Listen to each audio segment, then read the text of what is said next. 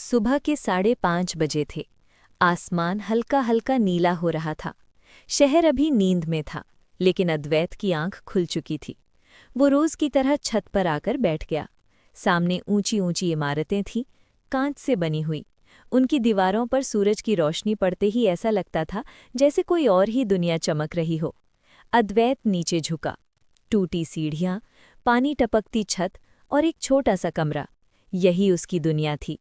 3 साल पहले तक वो कॉलेज जाता था, सपना था कुछ बड़ा करने का। लेकिन पिता की अचानक बीमारी ने सब बदल दिया। पढ़ाई छूट गई, जिम्मेदारियां आ गई। अब वो दिन में एक प्रिंटिंग प्रेस में काम करता था। मशीनों का शोर, स्याही की बदबू और मालिक की कड़क आवाज़, यही उसकी रोज़मर्रा थी। रात को थककर लौटने के बाद वो अपने पिता को दवा देता, फिर चुपचाप एक पुरानी डायरी खोलता। उसी डायरी में उसकी दूसरी जिंदगी थी। वो कहानियां लिखता था, अपनी नहीं, हर उस इंसान की जो चुपचाप हार रहा था। किसी को ये बात नहीं पता थी। एक दिन प्रेस में एक बड़ा पोस्टर छपा। लाल अक्षरों में लिखा था, नए लेखकों के लिए कहानी प्रतियोगिता, इनाम, नौकरी और पहचान। अद्वैत की नज़र पोस्टर पर अटक गई। दिल तेज धड़कने लगा, लेकिन अगले ही पल उसने खुद को रोक लिया।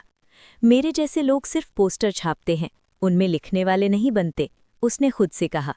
उस रात पिता की तबीयत और बिगड़ गई। दवाइयों के पैसे कम पड़ रहे थे। अद्वैत चुपचाप बैठा रहा। फिर उसने डायरी खोली। उसने पहली बार डर के बिना लिखा, अपने पिता की खामोशी, अपनी मजबूरी और उन कांच की इमारतों के बारे में जो बाहर से चमकती थी लेकिन अंदर जाने का रास्ता नहीं देती थीं। उसने कहानी का नाम रखा, शीशे की छत।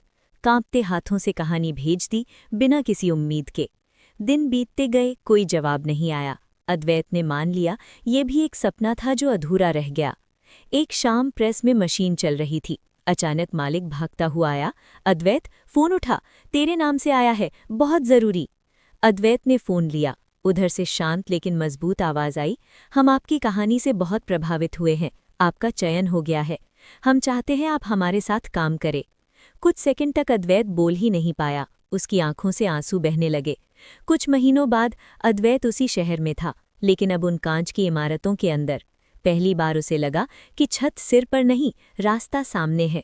उस रात उसने अपनी डायरी में आखिरी लाइन लिखी, जो लोग चुपचाप मेहनत करते हैं उनकी आवाज़ देर से सही लेकिन दूर तक जाती है।